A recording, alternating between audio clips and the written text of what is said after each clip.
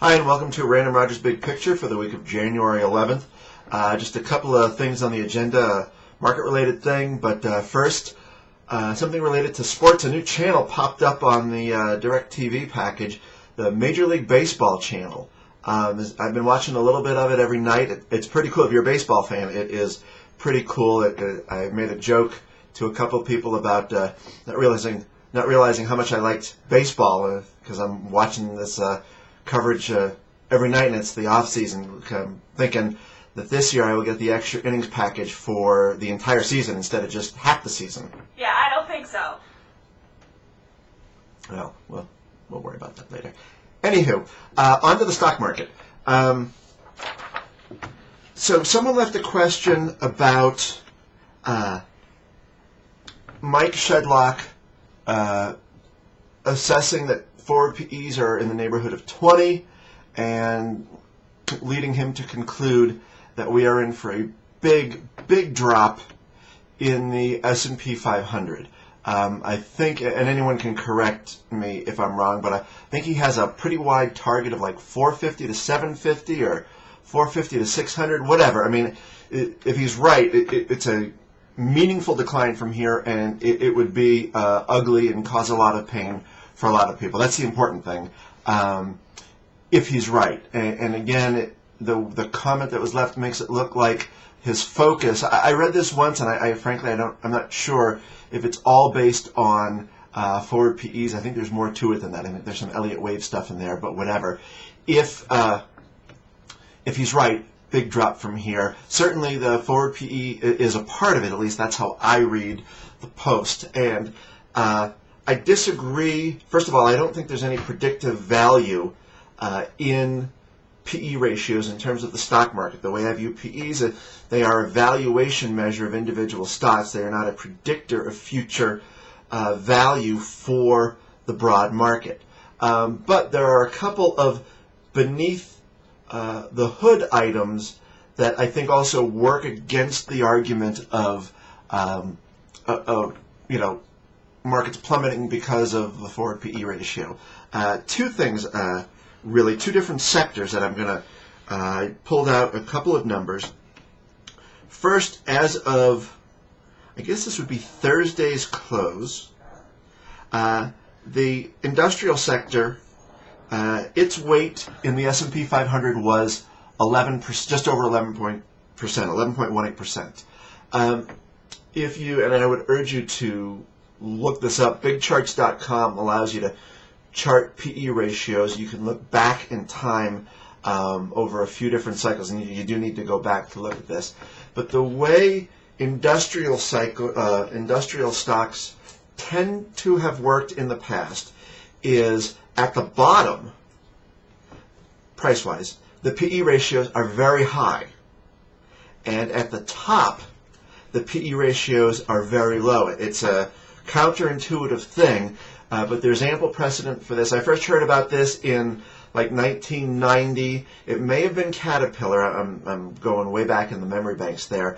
But I was around for that, and some, the equivalent of the Hal Holbrook character from Wall Street in my office at the time, pointed this out to me, that PE ratios of industrials are very high at the bottom.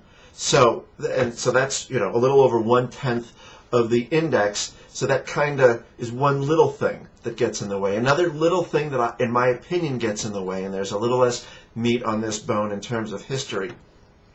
The financial sector is currently 12.58% of the S&P 500, and I think it would be difficult to assign normal valuation ideas to the sector right now because, one, they're not making any money.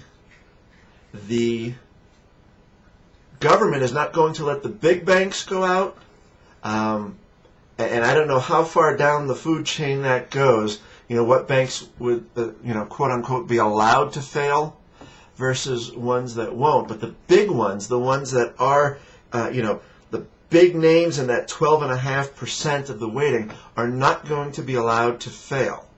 I think that this was in a green faucet post this week, but I made a comment about not going to zero is really not a reason to buy, at least not for me.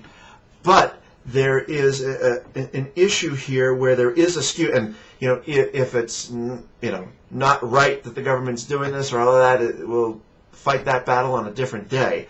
The fact is that the big financial companies in the S&P 500 from here forward, actually I guess from a couple of months ago forward, are not going to be allowed to fail. Some of them do have large weightings despite their drops. They're still kind of big in the market. They have sway. Certainly, even Citigroup, which in the sixes, is that like a $30 or $40 billion market cap, that still has enough sway to influence the sector, which by extension, this is what I'm putting out there, can influence the broader index. So you've got, it's a long-winded way of saying you've got a quarter of the index almost where I don't think high PEs right here, right now matter. This notion with industrials that this is just how it's worked over and over, many times over in the past. And this thing with financials, I guess, is possibly a different way to look at it. And also factor in there that financials have gone from, I think at their peak, maybe 22% of the market, certainly 20 or 21, I know 21, but maybe 22% at their peak down to 12. That is a massive correction within, under the hood. That's a better way to phrase it. That's a massive correction under the hood, and I think it gets in the way of the theory of the forward PE being high, causing the market to correct down to single digits. I just think it gets in the way, and as such won't happen. If we run down back to the low, I view that more as market action as opposed to fundamental action. Not that a run back to the low, and again, I'm thinking bear market rally with something close to the SPX 800 level being very plausible. It would be more about market stuff than fundamental stuff. The move up off the low that we had from 752 up to wherever it peaked out, 931, wherever it peaked out on this move up since November 20th, that had nothing to do with fundamentals, nor do I believe would a run back down to the low have anything to do with fundamentals. Hopefully I said that in a way that was clear, and if it was clear, then maybe it will whip up a little bit of discussion in the comments. All right, that's about it. Have a great weekend.